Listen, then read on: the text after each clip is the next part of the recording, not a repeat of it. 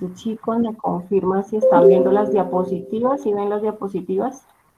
Sí, señora. Sí, señora. Bueno, entonces, bueno, empezamos aquí. Los modelos atómicos son básicamente una representación mental de lo que la persona cree o considera que es un átomo, ¿sí? No es que los hayan visto, el ser humano no ha visto estos átomos como tal, pero básicamente crea estructuras o procesos mentales que le permiten explicar cómo está compuesta la materia. ¿De dónde surge esto? Desde 500, 600 años antes de Cristo, donde se creía que la materia era indivisible, ¿sí? Entonces vamos a ver una serie de modelos y vamos a revisar sobre qué base científica está parado ese teórico, ese filósofo, ese científico, para podernos generar una serie de afirmaciones. Para arrancar nuestros procesos de aprendizaje en química debemos saber qué es un átomo, ¿no? Y de ahí en adelante empezamos a estudiar propiedades físicas, químicas, sustancias, mezclas y compuestos. Pero como elemento estructural, primero vamos a revisar qué es el átomo. Bien, entonces vamos a revisar por qué es importante ver el átomo. Este tablero caricaturesco nos presenta todos los temas que debemos ver entre 10º y 11º más o menos, ¿sí? Que es el átomo, modelos atómicos, estructura del átomo. No sé si ven cuando muevo la flechita del mouse, ¿la logran ver? Sí, señora. Ah, bueno, entonces muchísimo mejor. Entonces, debemos revisar modelos atómicos uno por uno, debemos mirar la estructura del átomo, debemos mirar las diferentes interpretaciones y todo esto nos lleva a analizar cómo están organizados cada uno de los elementos en correspondencia a la estructura atómica, cómo están organizados en la tabla periódica. Cuando yo comprendo qué es un átomo, cómo está compuesto, los tipos de átomos que existen, entonces puedo dar paso a entender qué es una molécula, ¿cierto? Más adelante, cuando yo comprenda qué es una molécula, entonces puedo dar el siguiente paso y es saber qué es un enlace químico, cuál es la fuerza que mantiene unidas las moléculas. Y cuando ya sé qué es un enlace químico, puedo dar el salto a los tipos de enlaces que existen, que es enlace iónico, enlace covalente, enlace metálico, entre otros tipos de enlaces como el enlace metálico, el covalente, covalente polar, entre otros. Sin embargo, pues tenemos que, para poder llegar, por ejemplo, a qué enlace, tenemos que haber visto primero qué es un átomo, si no, no vamos a comprender jamás qué es un enlace. Entonces, a pesar de que ustedes van muy avanzados en sus lecciones de química, yo decidí el día de hoy plantear mi sesión desde átomo para hacer una retroalimentación general. ¿Listo? Pero la idea es que hoy vemos modelos atómicos y logremos avanzar hasta donde más se puede para poder luego retomar el tema en la sesión que vamos. Paso seguido, empezamos a mirar aquí cómo están los átomos y las moléculas organizadas y los tipos de organizaciones geométricas amorfas o cristalinas, o sea, amorfas sin forma, y la estructura general de las moléculas de gran tamaño. Pero para dar todo este paso, generalmente uno tarda todo un año de estudio en química, ¿cierto? Entonces hoy vamos a trabajar básicamente esto, átomo y modelos atómicos, ¿cierto? Y ya aquí vamos viendo todo un camino que tenemos que ir recorriendo para poder ir profundizando en el conocimiento de las eh, sustancias químicas y el comportamiento químico de las sustancias y de la materia. Entonces vamos a dar inicio aquí con los modelos atómicos. Básicamente se conocen 6 modelos atómicos más importantes, ¿sí? Los más importantes no son los únicos, pero sí se tratan por lo menos estos 6, por lo menos, ¿cierto? Hay más modelos atómicos, pero básicamente tomamos los más relevantes, ¿cierto? Como lo decíamos anteriormente, un modelo atómico es la representación mental, es como ese científico se piensa el átomo, ¿sí? Entonces vamos a imaginarnos en el siglo V antes de Cristo, Demócritos, no, sino Leucipo y Demócrito, que era su maestro, ¿cierto? Y su pupilo, empezaron a estudiar la materia. Estos dos hombres no eran científicos, estos dos hombres eran filósofos, eran personas adineradas de la época que simplemente tenían una gran cantidad de esclavos y todo el tiempo libre para pensar. Entonces tenían todas las habilidades y también habilidades científicas y filosóficas y empezaron a pensar en la materia. Entonces, a pensar en qué está o cómo está compuesta la materia. Entonces ellos plantearon la palabra átomo y ellos pensaban que si cogían un cilindro o un barril o un ladrillo, independiente del material del cual estuviese compuesto, y lo dividían, y luego eso que obtuve lo divido y lo vuelvo a dividir y lo vuelvo a dividir infinitamente, se llegará el momento en el que no lo podré dividir más, ¿cierto? Entonces llegará el momento en el que se queda sin división, ¿cierto? Y entonces Leucipo y Demócrito plantearon la palabra como tal átomo, que hasta nuestros días hoy se respeta, a pesar de que más adelante vamos a revisar que sí se puede dividir, pero tendría una serie de complicaciones. En honor a Leucipo y Demócrito, entonces respetamos la palabra átomo, que para ellos era sin división. Si nosotros hemos tenido una enciclopedia en casa, sabemos que hay tomos de la enciclopedia. Bueno, en mi niñez, mi abuela tenía enciclopedias y ella me decía, Ingrid, ve y tomas el tomo 1 o el tomo de la A o el tomo de la B, porque una enciclopedia generalmente estaba clasificada en partes o en tomos desde la A hasta la Z, ¿cierto? Entonces, si las enciclopedias estaban compuestas por partes, por tomos, ¿cierto? Estos dos hombres le llamaron átomos, sin partes, sin división. Para ellos, la estructura de la materia era tan, llegar a un tamaño tan pequeño, ya llegaría a un límite físico en el que no se dejaría dividir más, ¿sí? Entonces quisiera saber si hasta ahí vamos comprendiendo. Isaac, eh, Isaac y Davison, hasta ahí vamos comprendiendo la postura de Demócrito y Leucipo. Sí, señora. Bueno, Sí, señora. bueno, entonces vamos bien. Si nosotros repetimos la experiencia de Leucipo y Demócrito, lo podemos hacer en plastilina. No porque vayamos a descubrir algo nuevo, sino porque nos vamos a parar en los zapatos de ese científico. Si llegamos y cogemos un trocito de plastilina y vamos a hacer la experiencia en casa, y dividimos y dividimos y dividimos y dividimos infinitamente, llegaremos a entender el planteamiento de estos dos filósofos de la ciencia, ¿sí? Esa es la invitación, a que cada uno en su casa repita la experiencia para que pueda sentar la base experimental. Decía Albert Einstein, pueden hacer un experimento mental y ese experimento mental les puede llevar a poder sentarse en los zapatos de ellos y poder comprender cómo ellos plantearon esta teoría. ¿Listo? Entonces, dejamos ahí. De aquí hay un salto en la historia grandísimo. Mire, estamos en el siglo V antes de Cristo y saltamos aproximadamente 1803. Muchísimo tiempo se saltó, pero de aquí a aquí hay un gran recorrido histórico. Por ejemplo, aparecieron científicos y filósofos diciendo que la materia estaba compuesta por un ente, por una quemeia, porque para ellos la materia tenía una energía, un ente divino que la componía. Entonces algunos decían que la materia toda estaba compuesta de agua, otros decían que toda la materia estaba compuesta de aire, otros decían que la materia era el producto de la unión de agua, fuego, tierra, ¿cierto? Los cuatro elementos. A otros hablaban del quinto elemento y por ahí hay una película rotando del quinto elemento. Entonces aparecieron una serie de teorías donde no era científicamente comprobado, pero donde la humanidad quería buscar la explicación de qué está compuesto todo lo que existe, ¿cierto? Entonces ellos empezaban a preguntarse, si esto es una mesa sólida, ¿de qué está compuesta? ¿Y por qué existe? Y si este libro es sólido, ¿por qué existe? Y si esta pantalla está aquí frente a mí, ¿por qué existe? Tienen que tener algún compuesto en común que les permita existir. Y entonces, desde el siglo V antes de Cristo hasta 1803, fue una búsqueda de la humanidad, de científicos y filósofos pensando en qué está compuesta o de qué está compuesta la materia. Digamos que no se tienen en cuenta esas propuestas aquí, en esta gran línea, porque siempre generalmente nos hablan de 6 o 7 modelos, pero no quiere decir que en esos más de 2000 años no se hubiese sentado algún hombre a estudiar la composición de la materia. Entonces aquí hay un gran salto, pero ya sabemos que el hombre siempre, o la humanidad siempre estuvo en búsqueda de esa explicación, pero no lo pudo manifestar experimentalmente. ¿Sí? Entonces, como no fue experimental, no fue comprobable, no fue repetible por otro ser humano, entonces simplemente se dejó como oculto, ¿sí?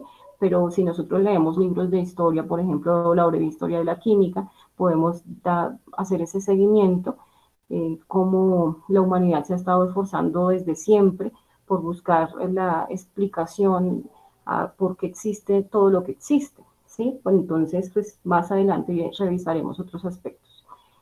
Bueno, vamos a hablar de John Dalton. Aparece aquí en 1803, John Dalton. Bueno, John Dalton tampoco era científico, era un maestro. Era un maestro de escuela primaria, era un profesor de quinto de primaria, pero de esos profesores de escuela que tienen que enseñar absolutamente todo, ¿cierto?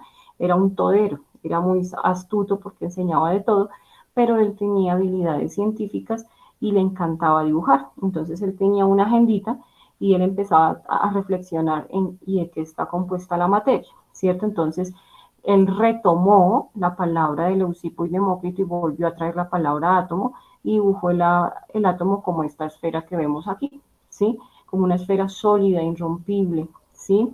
Y es importante porque Dalton para nosotros, no porque haya venido a repetir lo que dijo Leucipo y Demócrito, sino porque aparte de esto, empezó a juntar ya un átomo a otro átomo, y lo llamó átomos constituyentes o átomos constituidos, ¿sí? Entonces, Dalton no solo nos hizo recordar la palabra átomo, sino que dio un paso oculto a otro descubrimiento que en otros países se estarían acercando a la definición de lo que es una molécula. ¿Sí? Entonces, hizo varios dibujos sobre cómo está organizado, cómo se pueden organizar los átomos. Aquí solamente nos aparece una esferita, pero como si nosotros cogiésemos esferitas de billar y juntáramos varias esferitas, él hizo estas representaciones gráficas y las tiene en su agenda. Entonces ahorita nos podemos salir y revisar, a buscar la imagen por acá en Google. Si me permitiera, no sé cómo me deje revisar, me tiene inhabilitado ir a internet. Me toca desde la presentación. Entonces este gran hombre nos permitió no solo recordar la palabra átomo, sino poder estudiar las moléculas. Bien, entonces vamos a seguir aquí. Pensaba ir a internet, pero no sé, como que hay incompatibilidades y no me deja salir de acá. Bueno, entonces viene más adelante Joseph Thomson en 1897. Joseph Thomson nos plantea un modelo atómico que es basado en la experimentación. Este hombre sí es científico y nos plantea que los modelos atómicos son, básicamente en este modelo atómico nos dice que el átomo es como un pudín de pasas, ¿sí? Donde en el pudín de pasas, pues si yo hago un pudín es sinónimo de una torta, ¿cierto? En el otro continente, y es como si yo hubiese puesto sobre ese ponquecito unas uvas pasas. A diferencia de las uvas pasas, él nos pone unos signos positivos y unos simbolitos aquí azules que representan el electrón, ¿sí? Entonces, el que nos muestra que el átomo también es esférico, pero que tiene una serie de cargas en su superficie. Y esas cargas, que pueden ser positivas o negativas, él los asemeja con las pasas de un pudín.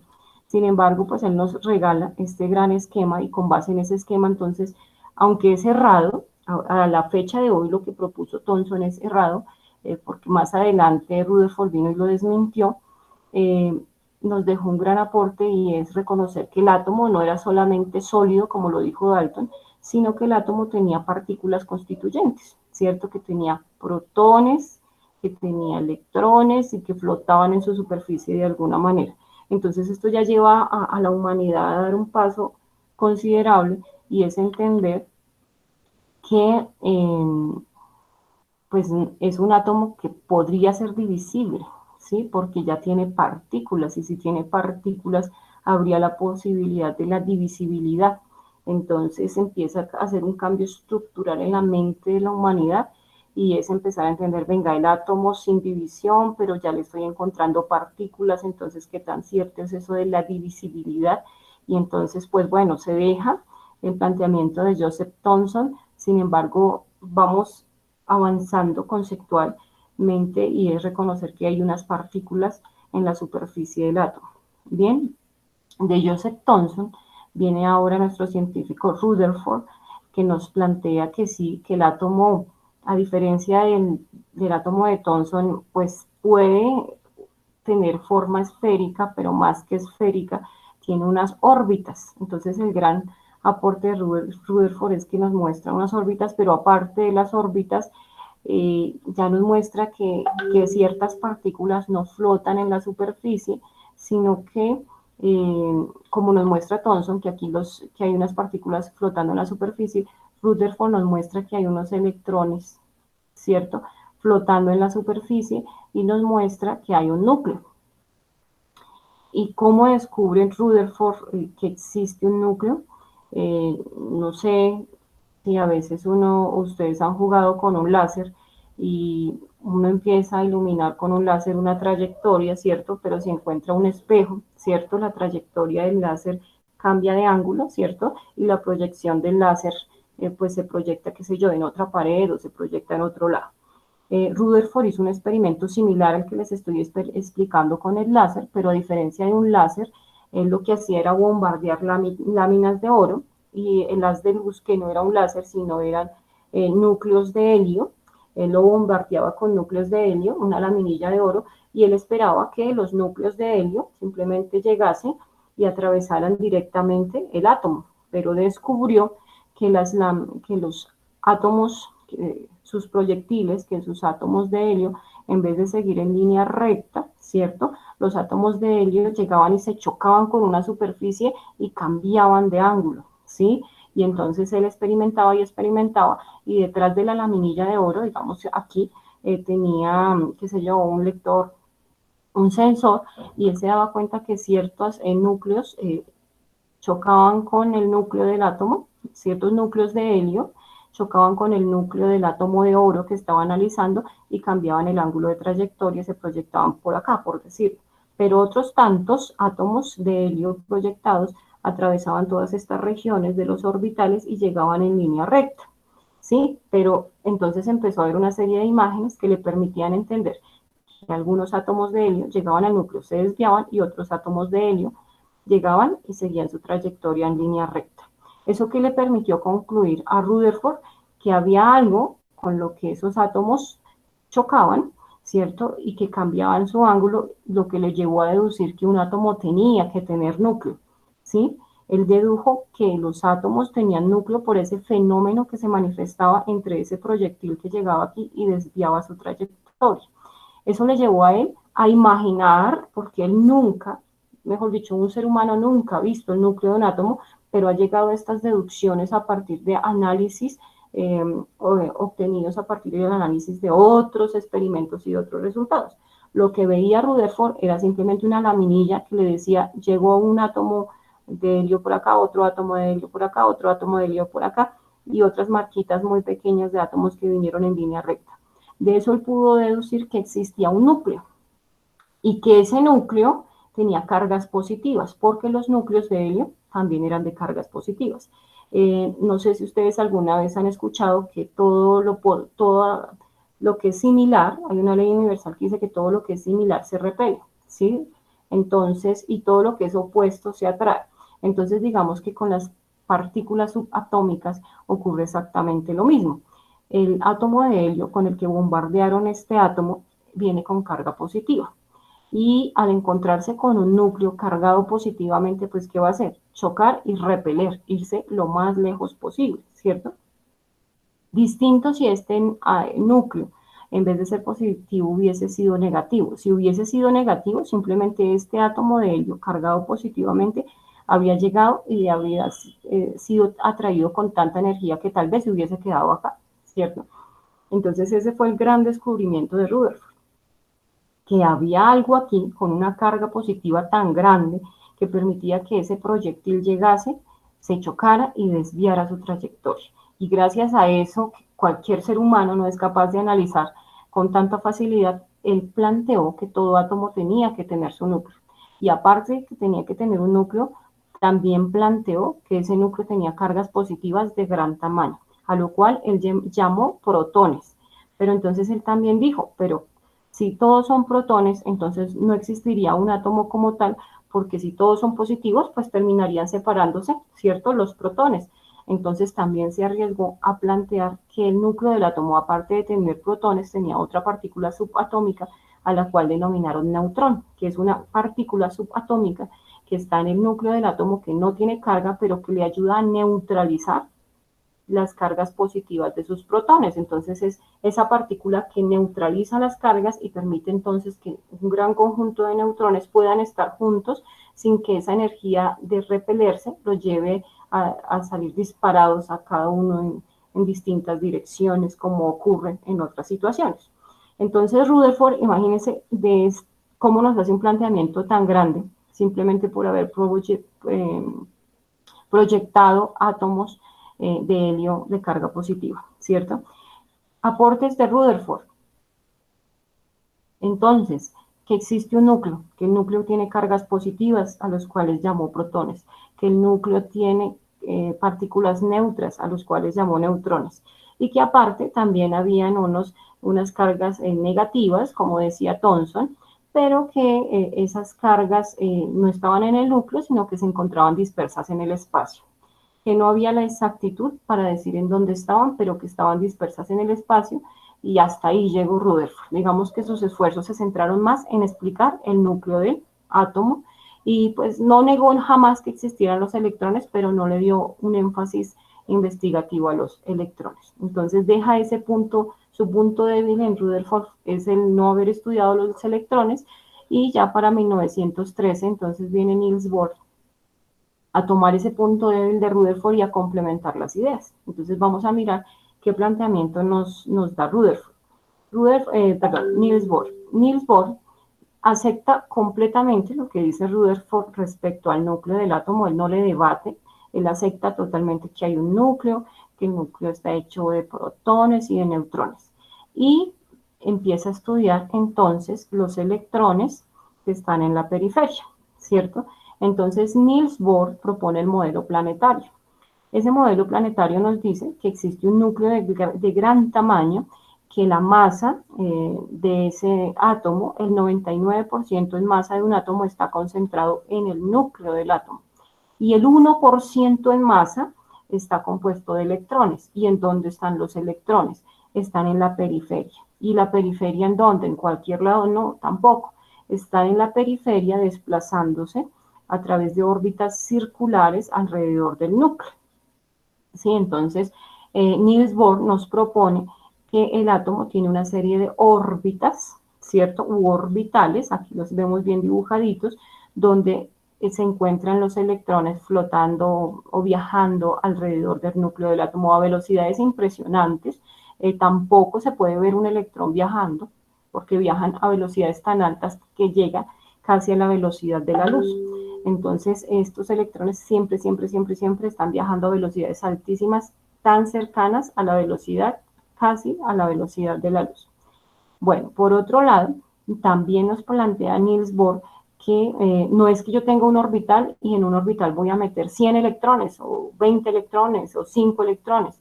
Nos dice que en cada orbital hay una cantidad exacta de electrones que yo puedo poner de acuerdo a una fórmula 2n a la 2, que más adelante yo les explicaré cómo se reemplaza, que tenga un tablerito para explicarles. Él me dice, a partir de esa ecuación, que en el primer orbital puedo ubicar 2 electrones, en el segundo orbital 8 electrones, en el tercer orbital 18 electrones, y así sucesivamente. Nos da una ecuación que es 2n a la 2, donde n es el orbital. Por ejemplo, aquí n sería 1. Entonces 2n a la 2 sería 2 por n, que sería 1, 1 a la 2, pues 1 por 1, 1 por 2, 2. Entonces, en el primer orbital cabrían 2 electrones. En el segundo sería 2n a la 2, donde n sería 2. Y así voy reemplazando la ecuación de acuerdo al orbital que quiera averiguar cuántos electrones caben. Aporte de Niels Bohr en la investigación tan rigurosa que le hace a los electrones, plantearnos que están viajando en forma circular en diferentes orbitales, que hay diferentes orbitales, que no solo hay un orbital, que hay un número exacto de electrones que yo debo ubicar por orbital, ¿cierto? Ese es el aporte que nos da Niels Bohr. Este modelo, aunque también decimos es modelo a hoy, que estamos más avanzados, también sabemos que es un error, pero digamos para estudiar la tabla periódica siempre vamos a utilizar el modelo de Niels Bohr, ¿cierto? Entonces, porque algo de cierto sí hay, y es que esta estructura me permite a mí ubicar los elementos el elemento de la tabla periódica en un grupo o en un periodo con facilidad. Entonces, a pesar de que ya vinieron estos otros científicos de Albert Einstein en adelante, que ya me dicen que esto no funciona a la actualidad, pues la tabla periódica sí está organizada con base en la estructura de Niels Bohr, que más adelante revisaremos. Bueno, venimos aquí al modelo cuántico, donde me dice que sí, los electrones están viajando alrededor de un átomo, del núcleo de un átomo. Esta imagen trata de plasmar lo que una fotografía se pudiese tomar. Si se pudiese fotografiar un átomo y lográramos ampliar un átomo 20.000 millones de veces, veríamos simplemente un núcleo de gran tamaño y sus electrones dispersos. La cuestión es que estos están viajando a tan altas velocidades que realmente nunca estarían en el lugar. Sí, porque siempre están viajando a velocidades tan altas como las de la luz. Se ve una nube electrónica, digamos así como cuando vamos a una zona montañosa y se está formando una nube, que uno no sabe que sí es la nube, pero sí está en un ambiente donde todo el tiempo se está formando nube. ¿Qué ocurre? Aquí en un átomo también vemos, sentimos la probabilidad de que el átomo está en cualquier región del espacio, porque hay la probabilidad que ocupe ese espacio y siempre está viajando a la velocidad de la luz. Son los planteamientos de Albert Einstein, de Heisenberg, de Feynman y de Max Planck, y pues bueno, ahí vamos. Sin embargo, no son los únicos, lo que les decía, la historia siempre nos hace recordar 6 modelos atómicos, 7 modelos atómicos, pero si nosotros nos vamos a los libros de texto como la breve historia de la química de Isaac Asimov, que está gratuito y en PDF allá en internet, o si nos vamos a libros de ciencia, veremos que no son 6 modelos, sino que son cientos de modelos que se han planteado a través de la historia, sino que a veces la ciencia, la historia de la ciencia la cuenta el científico a su acomodo, entonces van descartando ciertos modelos. La invitación es a leer mucho sobre el desarrollo histórico de los modelos atómicos y no casarse y no juzgar a ese científico por ese modelo. No podemos juzgar a Dalton porque se equivocó y no es esférico, como lo dijo. No podemos tildar a Thomson de terrible error porque no es como el pudín de pasas, porque si no hubiese sido por él, entonces no habríamos descubierto que el átomo tiene partículas, aunque se equivocó en sus postulados. Ahí le debemos que se arriesgó a plantear que está compuesto de partículas y ese planteamiento, aunque erróneo, le dio la base a Rutherford para poder plantear que sí tiene partículas, pero que no solo partículas, sino que tiene un núcleo con neutrones, un núcleo completo con protones y así sucesivamente. Tampoco podemos juzgar a Niels Bohr, que el átomo no es planetario como él lo plantea, sino que es con nube electrónica como lo plantea Albert Einstein. Entonces, todos son valiosísimos, desde Leucipo y Demócrito, porque si estos hombres no se hubiesen sentado a dividir la plastilina o a dividir el plomo o a dividir la piedra infinitas veces, pues nunca nadie se habría puesto a plantear las teorías que a la luz hoy tenemos para el desarrollo de la ciencia. A veces nosotros nos preguntamos, ¿y para qué estudiamos el átomo? Eso no. Sí, es supremamente importante estudiar el átomo porque estamos hechos de materia, nosotros somos materia viva. Nuestro cuerpo es una máquina química y estamos hechos de materia, ¿sí? Aunque nosotros estamos vivos y nuestra estructura base es la célula, pero si uno coge la célula en microscopio y analiza su estructura, nos damos cuenta que estamos hechos de vitaminas, proteínas, carbohidratos, lípidos, oligoelementos, minerales, pero si miramos más en detalle una molécula está compuesta de átomos y entonces, caramba, tenemos que saber de qué estamos hechos y qué propiedades tenemos, porque la base de todo es la ciencia química. Estamos hechos de materia y es nuestra labor, por lo menos, comprender de qué estamos hechos. En la ciencia, ¿por qué se estudia tanto el átomo? Porque necesitamos conocer no solo de qué estamos hechos, sino de qué está hecho todo nuestro entorno, todas nuestras fuentes minerales, todas nuestras fuentes o todos nuestros recursos, por decirlo así, para poderlos transformar en nuevos productos que estén al servicio de la salud, del alimento, de transformar materias primas para poderle generar bienestar pues a seres que lo necesitan, ¿cierto? Entonces, si necesitamos vacunas, pues tenemos que conocer de materia, de átomos y de moléculas para poder transformar nuevas moléculas hacer síntesis, es decir, fabricar nuevas moléculas que nos puedan ser de utilidad en la medicina, en la farmacia, no sé, para la alimentación. Entonces sí es muy importante porque de aquí, de esta base, es que salen las personas que estudian, por ejemplo, farmacia, biología, botánica, genética, ingeniería genética. Entonces tenemos que saber de esto. Esta es una apreciación. Vamos a mirar la siguiente diapositiva. Me vuelvo aquí. Chicos, quedamos medianamente claros, mis niños. Ya mismo. Sí, Su merced señora. hasta aquí, preguntas. Yo, ¿Bien? ¿Vamos bien? bueno, es una pregunta toda rara, pero ajá, se me metió en la mente. ¿Cuál sería? Usted dice que, o sea, todo está compuesto por Sí. átomos. Mi pregunta es, ¿el agujero negro también está compuesto por átomos? El agujero no es, bueno, ahí ya empezamos tenemos que pasar a otro estado de la materia, que se denomina plasma. ¿Sí? Entonces, el plasma es el quinto estado de la materia, generalmente del cual nunca se les habla en la escuela. El quinto estado de la materia dice que es un punto de tanta energía, que hay tanta energía, tanta fuerza gravitatoria, que la fuerza gravitatoria hace que, como tal, los átomos se desintegren en sus partículas constituyentes y los descompone por completo. ¿Sí? Entonces, si un átomo estaba hecho de protones, neutrones, electrones, se descompone. Incluso el protón, el neutrón y el electrón, que también son partículas subatómicas, se descomponen y se descomponen en sus constituyentes, que son los quarks. Y entonces van y alimentan el agujero negro, desaparece la materia como tal y se convierten en energía. Y entonces aparece la teoría de la materia dual, donde la materia y la energía fluctúa, y entonces en el agujero negro se tiene esos dos componentes, ¿cómo se dice? Esa doble dirección en donde la materia se quiere formar, pero la materia también se está descomponiendo para formar energía. Entonces ese es el juego que hay en un agujero negro, que todo lo que como materia existe se desintegra para convertirse en energía, ¿cierto? Básicamente. Y en un relámpago lo mismo. En un relámpago hay materia, en un relámpago hay materia, pero Ah, también hay un proceso físico que es sí la hay, producción de la electricidad, ¿no? Entonces, exacto.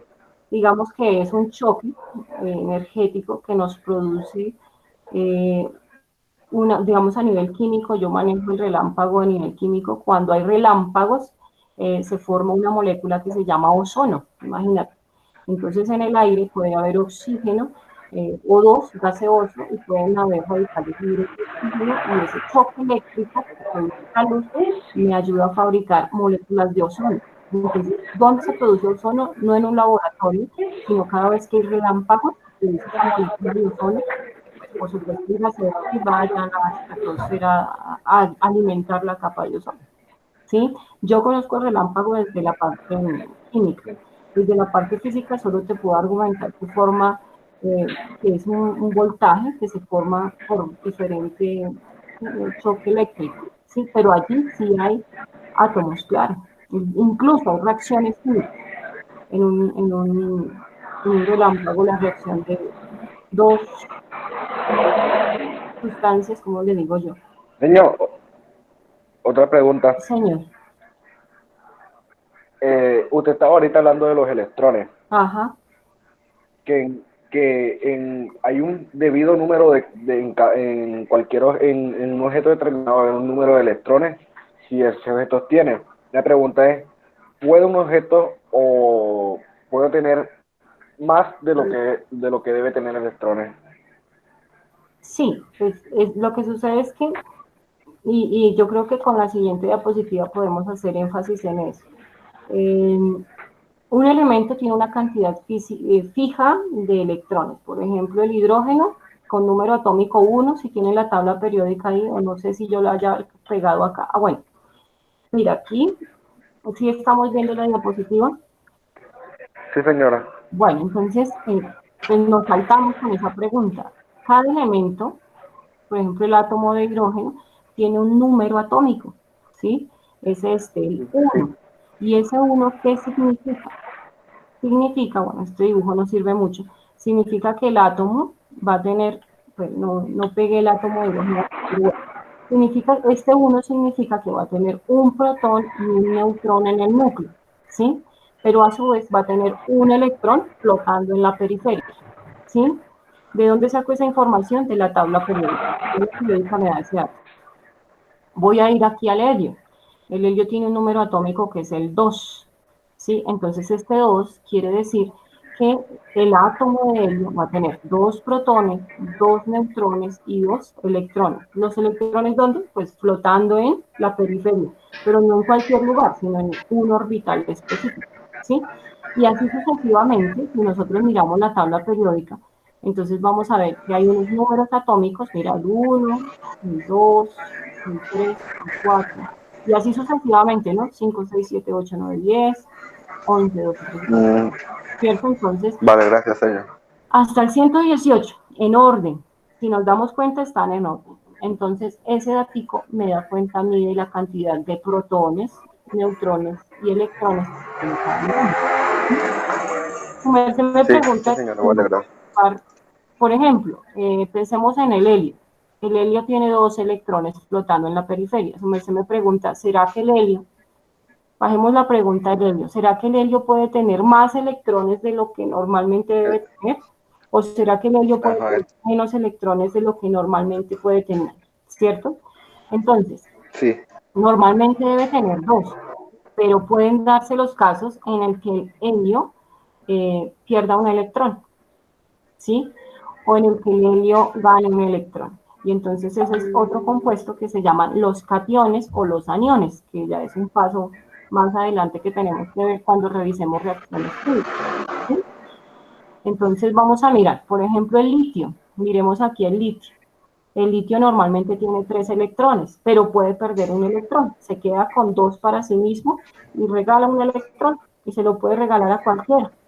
¿A quién se lo puede regalar? A cualquiera que esté en el grupo 7 que le reciba un electrón. ¿Y por qué el grupo 7 recibe un electrón? Porque le falta un electrón para llegar a cumplir la ley de la física. Pero bueno, eso es un tema de otra charla. Pero pues para que su merced tenga en cuenta que sí, que el elemento o el átomo puede ganar o puede perder electrones. Es completamente normal, solo que debemos aprenderlos a clasificar. Ah, ok, vale, gracias, señor. Bueno, ¿quién me preguntó? ¿Quién fue el que hizo esa pregunta?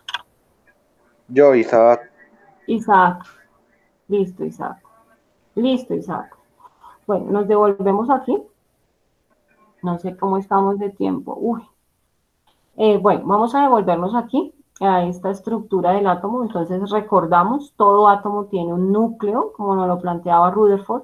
Todo núcleo tiene protones. Aquí hay que revisar también.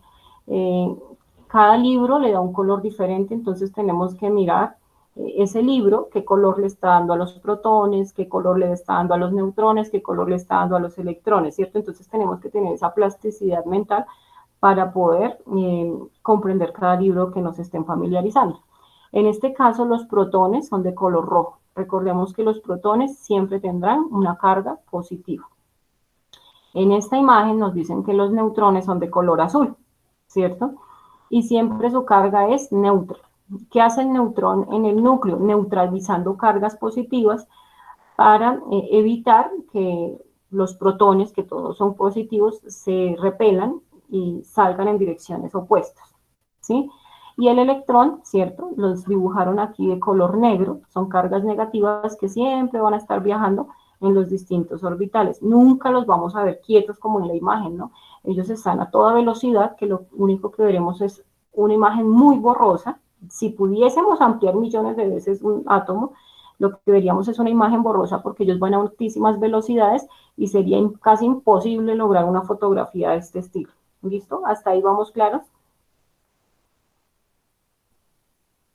Sí, señora.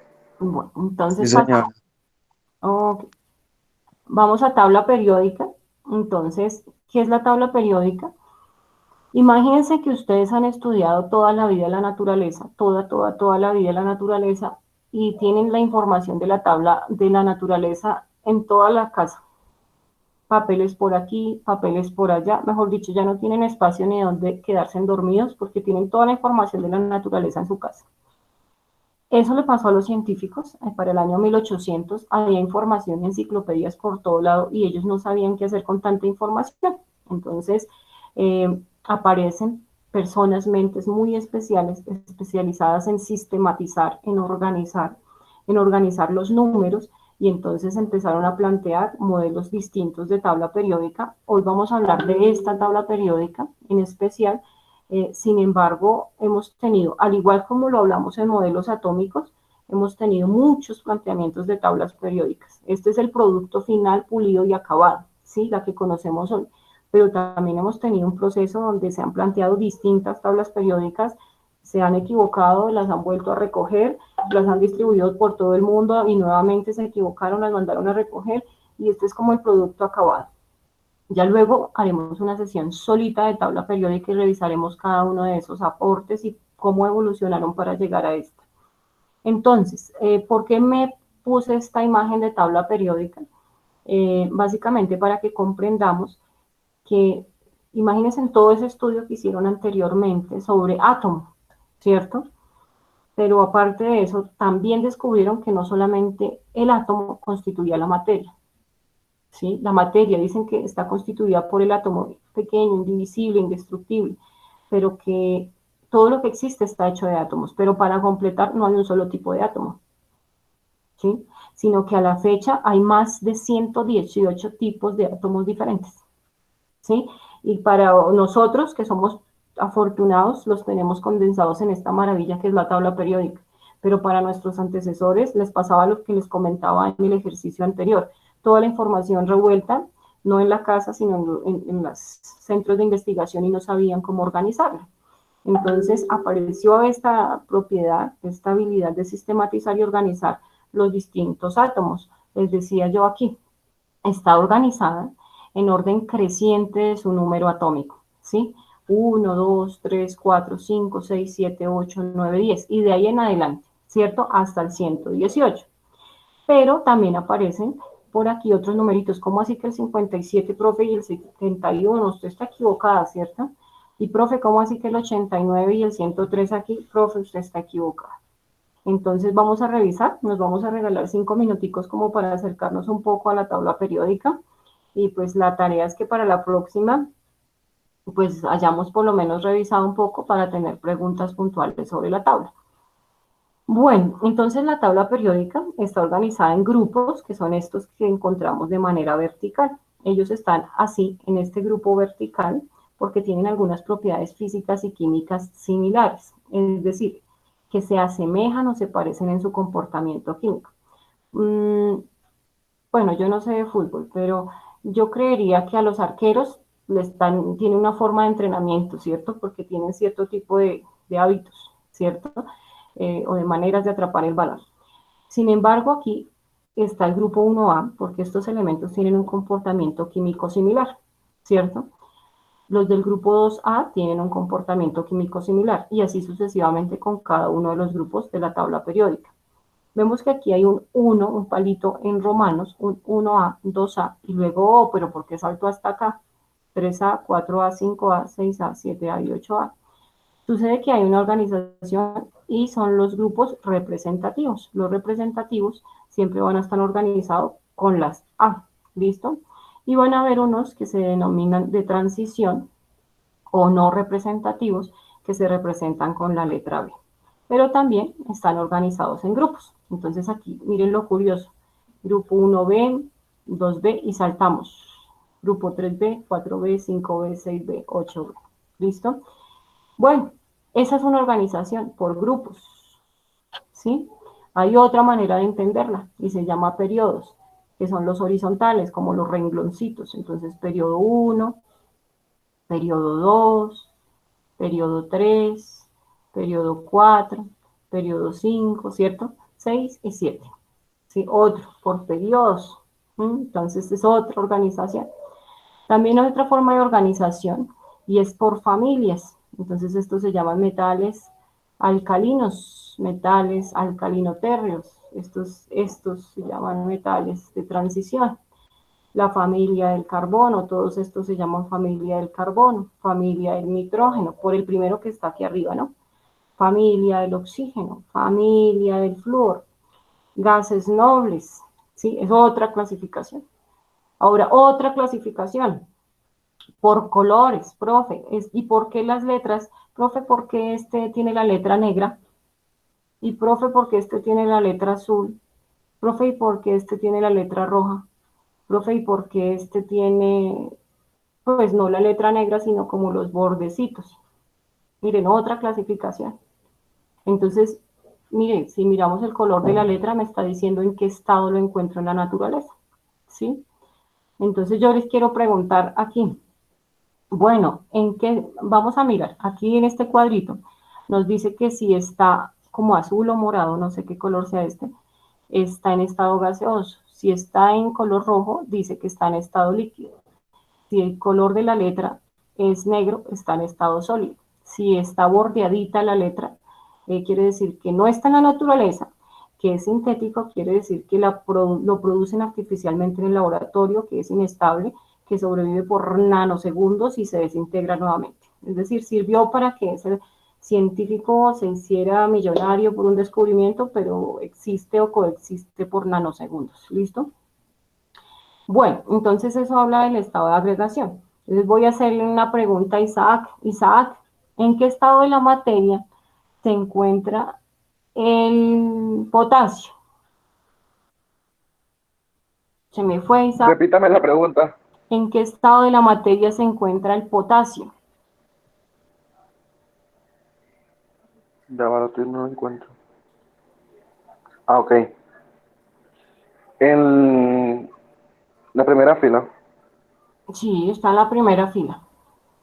¿De qué color está la letra? O el Negra. símbolo químico. ¿Cómo? ¿El símbolo químico de qué color está? Deja acercarlo. Bueno, ¿qué es el símbolo? Bueno, hay varias cosas. Está en color negro, mira, la K del El potasio. símbolo es la letra como tal, ¿no? Sí, sí, entonces, ¿por qué surgió el símbolo? Para simplificarnos y no escribir toda la palabra, ¿cierto?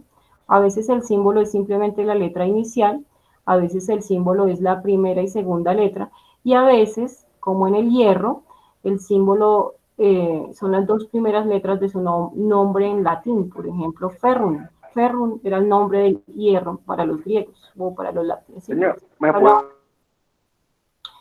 Bueno, repetir la pregunta? Es que no la escuché bien. bueno, entonces, ¿en qué estado de la materia o en qué ¿Qué estado cosa? de agregación se encuentra el potasio?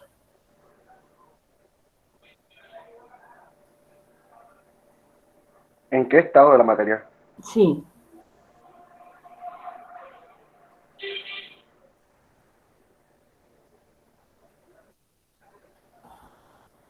No sé. vamos a mirar este cuadrito. ¿Sí ves el cuadrito que dice estados de agregación? No sé, Sí, la flechita, mira. El color del símbolo me dice ya el estado de la materia. Ah, ok. Sólido. Ah, muy bien. Segunda pregunta, Isaac. ¿En qué estado de la materia se encuentra el bromo? El bromo. Ok. Líquido. Muy bien. Última pregunta para Isaac. ¿En qué estado de la materia se encuentra el elemento 118? Uy, no lo veo, no lo veo. Sintético. Sí, es así. Sí, No alcanzo a leer bien. muy bien. Davison. Davison está por ahí. Vamos a preguntarle a Davison. Sí, señora. Bueno, Davison, ¿en qué estado de la materia se encuentra el calcio? Míralo acá. Sólido. Eso es Muy, negro, sí. muy bien. ¿En qué estado de la materia se encuentra el cloro? Míralo acá, número 17, Gaseoso. gaseoso. ¿En qué estado se encuentra el einstenio? Mire, el nombre de Albert Einstein, el 99, Sintético. sintético. Y, bueno, ¿cuál nos faltará? ¿En qué estado de la materia se encuentra el mercurio? Líquido. Perfecto. Nos damos cuenta que la tabla periódica tiene mucha información, ¿sí? Entonces le vamos a dedicar la tabla periódica. Yo creería que toda una sesión, hoy simplemente es un abrebocas para que nos vayamos acercando, que la próxima clase por favor tengamos una tabla periódica a la mano y que tengan todo lápiz y papel porque vamos a dibujar átomos, vamos a hacer un ejercicio bien interesante sobre la tabla periódica. ¿Listo? Bueno, muchachos, yo quiero escucharlos. ¿Hasta aquí hay alguna pregunta? La verdad, señor, que estuvo muy bien explicado el tema y las preguntas que tenía ya las había respondido antes, así que no. Ah, bueno, listo, Isaac. Davison, ¿alguna pregunta hasta aquí? No, señora. Bueno, entonces frente a la sesión que buscaba retroalimentar, ¿cierto? Pues hasta ahí no hay preguntas. La idea es así, que cada clase retroalimentemos un tema para que ustedes vayan fortaleciendo las habilidades y competencias científicas, así no vayan con la sesión, ¿cierto? Por otro lado, la pregunta es por aquí si hay alguna inquietud frente a la sesión que vienen desarrollando. En esta semana ustedes deberían ir en la sesión 18, ¿sí o no? Sí, señora. ¿Y ya enviaron esas actividades? No, señor, no, no, señora. ¿Las han revisado? ¿Cómo van? ¿Qué temas tienen ahí? Señor, yo apenas voy por la sesión 7. Creo que debería ir por la 7 yo apenas. Ah, Isaac debe ir por la 8. Sí, por la Por 8. la 8. Esta semana me toca la 8. Ah, bueno, sí, esta semana nos toca la sesión 8 y Davison debe ir por la sesión 18, ¿sí? Entonces la idea es que en estas sesiones, aparte que la profe nos va a dar una charlita que nos va a servir mucho, pues ustedes hayan revisado la sesión en el transcurso de la semana y puedan traer todas las dudas para dedicarnos, como no tenemos afán de otra clase, porque no tenemos, ¿sí? Podemos darnos la libertad de profundizar en alguna pregunta que esté pendiente en relación a la sesión. ¿Listo? Entonces quisiera Sí, saber si en señora. las sesiones que han venido trabajando hay alguna inquietud. Pues, señor, las inquietudes que ha tenido se las pregunté por WhatsApp y usted Ah, las respondió. bueno, sí, señor. ¿Y Davison? Por el momento no, señora. Bueno, entonces por ahora entonces cerramos la sesión con tranquilidad. La invitación para que hoy en 8 días estemos muy pilositos y podamos traer las preguntas con anticipación, o como hizo un chico hace rato que me dijo, profe, no puedo asistir por X motivo de última hora, pero el chico desde ayer me tenía preguntas, ¿listo? Entonces yo le tenía preparada la sesión a él, no esta sesión, sino una serie de preguntas que me hizo desde ayer por WhatsApp. Entonces la idea es que si hay preguntas, me las hagan no solo en la sesión, sino pueden plantear con anticipación, puede ser por el WhatsApp, para que la profe nos tenga, digamos, así sean 5 minuticos, preparados para nosotros poder fortalecer esos puntos débiles que se nos presenten en una u otra sesión. ¿Listo, chicos? Bueno, señora. Bueno, entonces yo los dejo, que estén muy bien, Bueno, señor. cuiden mucho. Igualmente. Bueno, que estén muy Chao, bien. señor. Chao. Bueno, que estén muy bien.